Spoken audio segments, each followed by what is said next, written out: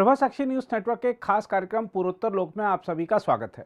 मणिपुर में हिंसा का दौर जारी रहने के बीच कांग्रेस नेता राहुल गांधी राज्य में पहुंचे तो एक नया राजनीतिक बवाल खड़ा हो गया। दूसरी ओर असम में बाढ़ से हजारों लोग प्रभावित हुए हैं तो त्रिपुरा में रथ यात्रा के दौरान एक भीषण हादसा हो गया जिससे 7 लोगों की मृत्यु हो गई। इसके अलावा मेघालय के पूर्वी खासी हिल्स जिले में एक सीमा चौकी पर ग्रामीणों के हमले में बीएसएफ के 2 जवानों समेत 5 लोग घायल हो गए तो दूसरी ओर अरुणाचल प्रदेश में दल बदल का खेल शुरू हो गया है।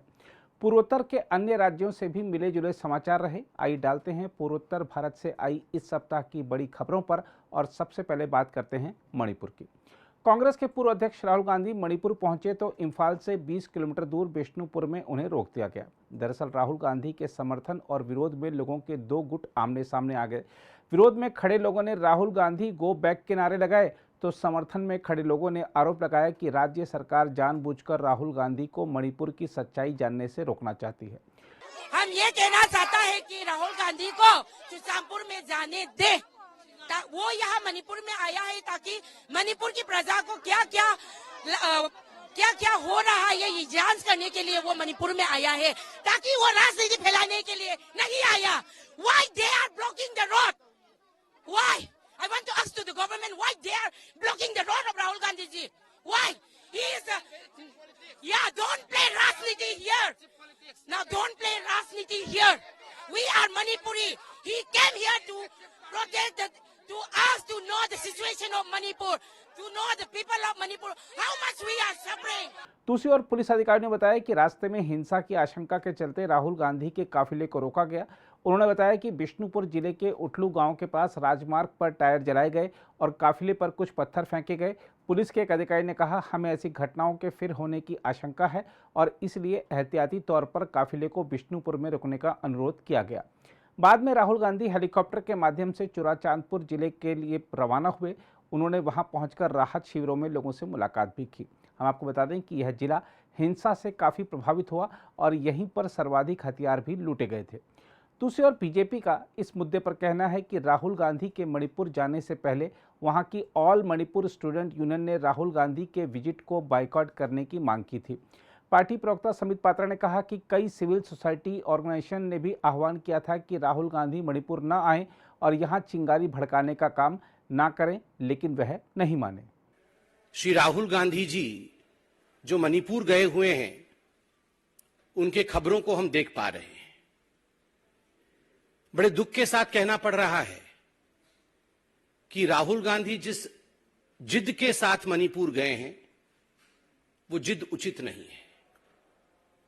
जागरूक होकर जाना चाहिए था। Sensitivity is far more important than stubbornness. जब सिचुएशन इस प्रकार की हो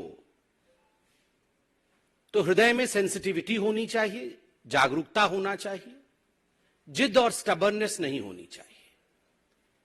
we are a democratic country, हम एक लोकतंत्र हैं। स्वाभाविक रूप से राहुल गांधी मणिपुर जाना चाहते थे, गए मणिपुर, किसी ने रोका भी नहीं उन्हें। मगर मणिपुर की जो एडमिनिस्ट्रेशन है उन्होंने एक रिक्वेस्ट किया।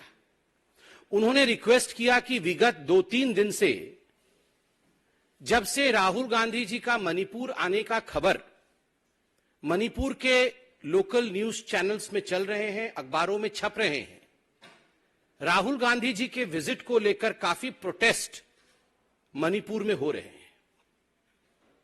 राहुल गांधी जी और जो कांग्रेस पार्टी है, मणिपुर में कई लीगेसी इश्यूज हैं।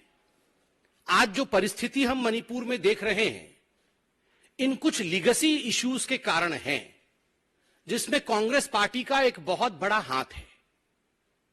आई don't want to visit those issues because of the sensitivity attached to them. मैं भी उनका यहां उदाहरण रखना नहीं चाहता हूं क्योंकि यह विषय बहुत गंभीर है, सेंसिटिव है और हमें समझना होगा कि एक एक शब्द जो हम कहते हैं वो इफेक्ट डालता है मणिपुर के सिचुएशन पर। तो स्वाभाविक रूप से राहुल गांधी जी के जाने से पहले आप सबने कल टीवी में देखा होगा कि वहां की जो स्टूडेंट यूनियन है, ऑल मणिपुर स्टूडेंट यूनियन, उन्होंने प्रेस कॉन्फ्रेंस करके राहुल गांधी जी के विजिट को बॉयकॉट करने की मांग भी की थी। और क्यों बॉयकॉट किया था, वो लेगेसी इश्यूज को एन्यूमरेट किया था इन स्टूडेंट यूनियंस ने कई सिविल सोसाइटी ऑर्गेनाइजेशंस जिसको सीएसओस कहते हैं, सीएसओस ने भी आह्वान किया था कि राहुल गांधी जी इन परिस्थिति में मणिपुर ना आए और यहां चिंगारी भड़काने का काम ना करें, मगर फिर भी राहुल गांधी जी नहीं माने। मेरा पाइबी अर्थात हमारी वहां जो महिलाएं हैं, जो माताएं हैं मणिपुर में, उनके कई संगठनों ने भी राहुल गांधी जी के खिलाफ, उनके विजिट के खिलाफ आवाज बुलंद किया था। इन सब को ध्यान में रखते हुए जब राहुल गांधी जी आज सुबह लगभग 11 बजे के आसपास इंफाल में उतरे हवाई अड्डे पर, और उससे पहले भी कम्युनिकेशन के माध्यम से राहुल गांधी जी को और उनके दफ्तर को कहा गया, एक रिक्वेस्ट किया गया, सरकार ने उनसे रिक्वेस्ट किया कि राहुल जी आप चूड़ाचांदपुर जाना चाहते हैं, रिलीफ कैंप विजिट करना चाहते हैं, कोई बात नहीं, आपका अधिकार है, बिल्कुल जाइए, कोई आपको रोकेगा नहीं, मगर सड़कों पे कुछ लोग प्रोटेस्ट करके आपके खिलाफ नारेबाजी करने के लिए उतारू हैं। हम चाहते हैं कि आपकी सुरक्षा के लिए और यहां की सेंसिबिलिटी के लिए, जो सेंसिटिव सिचुएशन है, तो उचित होगा आप हेलीकॉप्टर लेके चूड़ाचांदपुर। वहीं कांग्रेस प्रवक्ता सुप्रिया श्रीनेत ने राहुल गांधी को रोके जाने पर कड़ी प्रतिक्रिया जताई है। ये मणिपुर के लोग हमारे देश का हिस्सा हैं, ये हमारे भाई बहन हैं, जिनसे इस देश का एक बेटा उनकी खैर खबर लेने जा रहा है, उनको प्यार जताने जा रहा है, उनको ये विश्वास जताने जा रहा है कि आप हमारे देश का एक अभिन्न हिस्सा है, आप भारत का एक अभिन्न हिस्सा है और परीक्षा की इस घड़ी में हम आपके साथ खड़े हैं। वहां से उनको रोक दिया जाता है और प्रशासन जिसने परमिशन दी थी, ऑब्वियसली उनके पास ऊपर से फोन आता है, उनके पास तानाशाहों का फोन आता है और प्रशासन उनसे कहता है कि नहीं, अब आप ऐसे नहीं जा सकते, अब आप हवाई जहाज से जाइएगा। वो जैसे भी जाएंगे, वो जाएंगे जरूर। और मुझे ऐसा लगता है कि प्रशासन ये रोककर कहीं ना कहीं ये साबित कर रहा है कि वो कितना डरते हैं। नफरत करने वाले लोग मोहब्बत से क्यों डरते हैं, प्यार से क्यों घबराते हैं। प्रधानमंत्री के पास मेरा बूथ सबसे मजबूत करने का टाइम है, अमित शाह जी के पास बिहार घूमने का वक्त है, जेपी नड्डा जी के पास राजस्थान जाकर झूठ परोसने का वक्त है, लेकिन इनमें से किसी के पास यह वक्त नहीं है कि वो जाकर मणिपुर में लोगों का हाल जान सके, उनके आंसू पोंछ सके।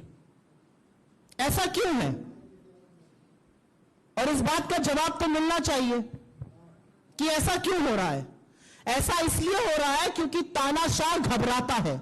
तानाशाह को लगता है अगर भारत जुड़ गया और भारत जोड़ने पर यह आदमी आमादा है तो कहीं ना कहीं मेरी जो नफरत और डर के बूते पर बनाई हुई इमारत है वो ध्वस्त हो जाएगी, और वो ऑलरेडी ध्वस्त होना शुरू हो गई है।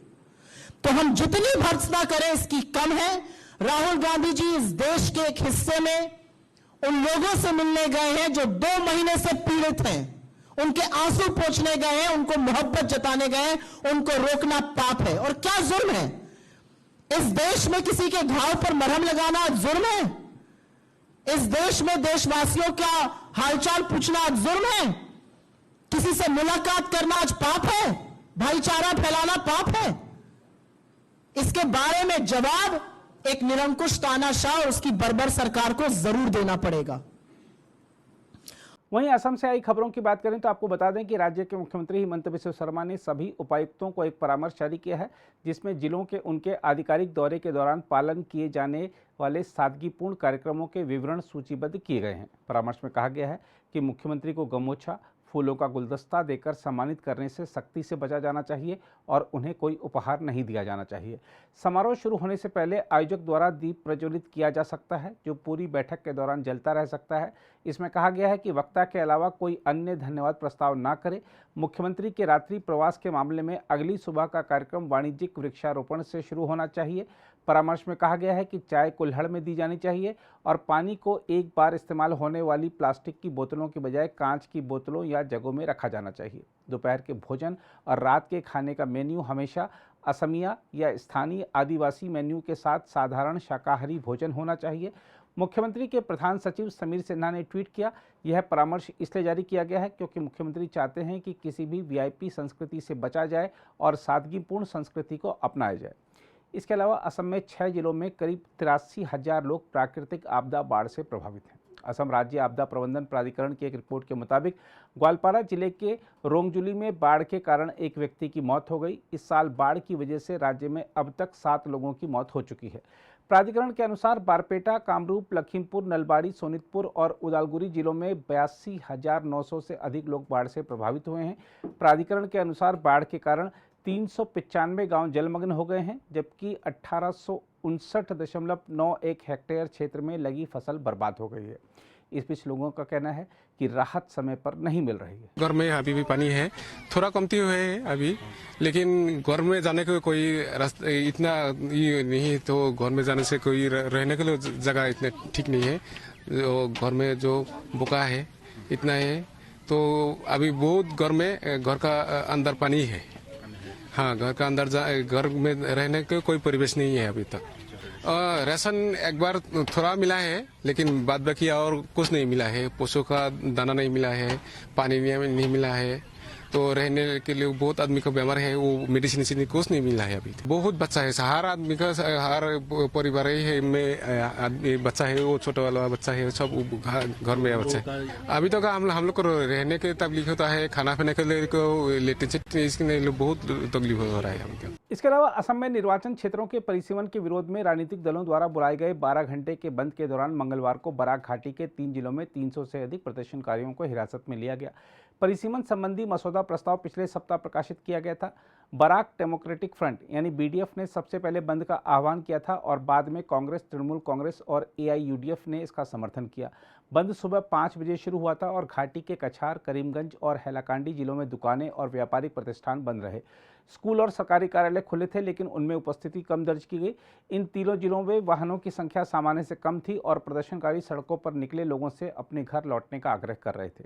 हम आपको बता दें कि निर्वाचन आयोग ने 20 जून को असम के लिए परिसीमन मसौदा दस्तावेज जारी करते हुए राज्य में विधानसभा सीट की संख्या 126 और लोकसभा सीट की संख्या 14 पर बरकरार रखने का प्रस्ताव रखा था।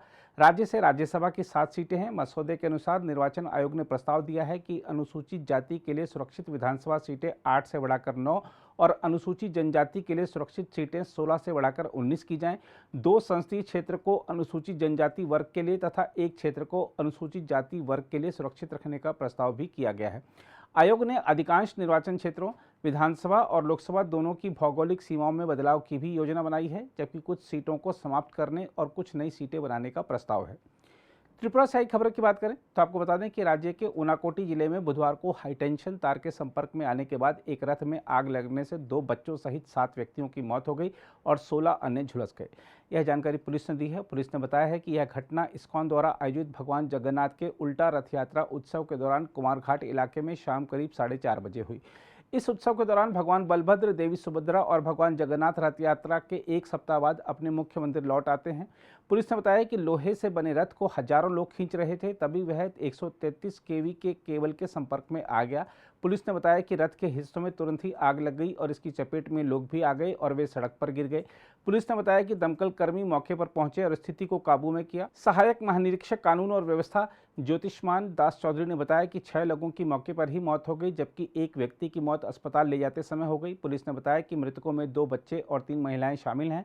पुलिस ने बताया कि घायलों को जिले के कैलाश शहर और कुमारघाट अस्पतालों में ले जाया गया और बाद में उनमें से कुछ की हालत गंभीर होने के कारण उन्हें अगरतला के जीबी पंत अस्पताल भेज दिया गया। मेघालय से आई खबरों की बात करें तो आपको बता दें कि राज्य के रिभोई जिले के एक सुदूर गांव में 73 वर्षीय व्यक्ति को एक नाबालिग लड़की के साथ दुष्कर्म के आरोप में गिरफ्तार किया गया है। पुलिस अधीक्षक गिरी प्रसाद ने बताया कि लड़की की चिकित्सा जांच से पता चला कि उससे दुष्कर्म किया गया है, जिसके बाद आरोपी को गिरफ्तार किया गया। पीड़ित लड़की के माता पिता ने नजदीकी पुलिस थाने में प्राथमिकी दर्ज कराई, जिसके बाद बुजुर्ग शख्स को गिरफ्तार किया गया। पुलिस ने बताया कि लड़की का एक स्थानीय अस्पताल में उपचार हो रहा है। इसके अलावा मेघालय मंत्रिमंडल ने नौकरी में आरक्षण की 1972 की नीति के तहत गैर निवासी गारो आदिवासियों को रोजगार लाभों को वापस लेने वाले कार्मिक विभाग के एक प्रस्ताव को स्वीकृति दे दी है। अधिकारियों ने यह जानकारी दी। इस नीति के तहत खासी 40% और गारो 40% के लिए नौकरियों में 80%, अन्य जनजातियों के लिए 5% तथा राज्य में रहने वाले अन्य आदिवासियों के लिए 15% आरक्षण दिया जाता है। अरुणाचल प्रदेश से आई खबरों की बात करें तो आपको बता दें कि अगले साल होने वाले विधानसभा चुनाव से पहले राज्य सरकार के 2 पूर्व मंत्री विपक्षी दल कांग्रेस में शामिल हो गए हैं। पेमा खांडू सरकार में गृह मंत्री रहे कुमार वाई नई दिल्ली में कांग्रेस नेताओं की उपस्थिति में पार्टी में शामिल हुए। वहीं खांडू सरकार में ही मंत्री रहे राजेश ताचो बुधवार को विपक्षी दल में शामिल हुए। वाई ने 2004 से 2019 तक लगातार 3 बार पूर्वी कामेंग जिले की बामिंग विधानसभा का प्रतिनिधित्व कांग्रेस विधायक के रूप में किया था। हालांकि 2019 का चुनाव वह एनपीपी उम्मीदवार के रूप में भारतीय जनता पार्टी प्रत्याशी गोरुक पोरदुंग से हार गए। ताचो 5 बार कांग्रेस उम्मीदवार के रूप में अनिनी विधानसभा सीट से चुनाव जीत चुके हैं। वह 2014 में बीजेपी में शामिल हो गए थे। उन्हें 2017 में पेमा खांडू के नेतृत्व वाली सरकार से हटाया गया था और उन्होंने 2019 का विधानसभा चुनाव नहीं लड़ा था। अरुणाचल प्रदेश कांग्रेस कमेटी के अध्यक्ष नवाम तुकी ने दोनों नेताओं का स्वागत करते हुए इस घटनाक्रम को राज्य में और देश में पार्टी के लिए अच्छी शुरुआत बताया है। अरुणाचल प्रदेश की 60 सदस्यीय विधानसभा में कांग्रेस के 4 विधायक हैं। अगर आप भी लेना चाहते हैं देश दुनिया की तमाम जानकारी तो आज ही सब्सक्राइब करें हमारे चैनल को। साथ ही नीचे दिए बेल आइकन को जरूर दबाएं ताकि हर अपडेट आप तक पहुंच सके।